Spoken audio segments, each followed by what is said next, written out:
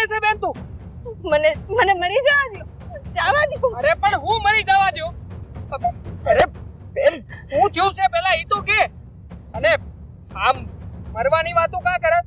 હા ભાઈ, મારે નથી જીવવું. મારે નથી જીવવું, મને જવા દો. પણ હું કામ શું થયું છે? માંડીને વાત તો કર.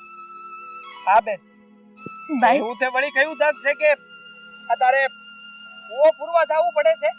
હા ને તું તો અમારા ગામની બેન દીકરી છે. કાંઈ પણ દુઃખ હોય તું મને વાત કરી શકે છે બેન. બોલ ને બેન, શું દગ છે તારે? ભાઈ, મારા લગ્નને હવે 2 મહિના રહ્યા છે.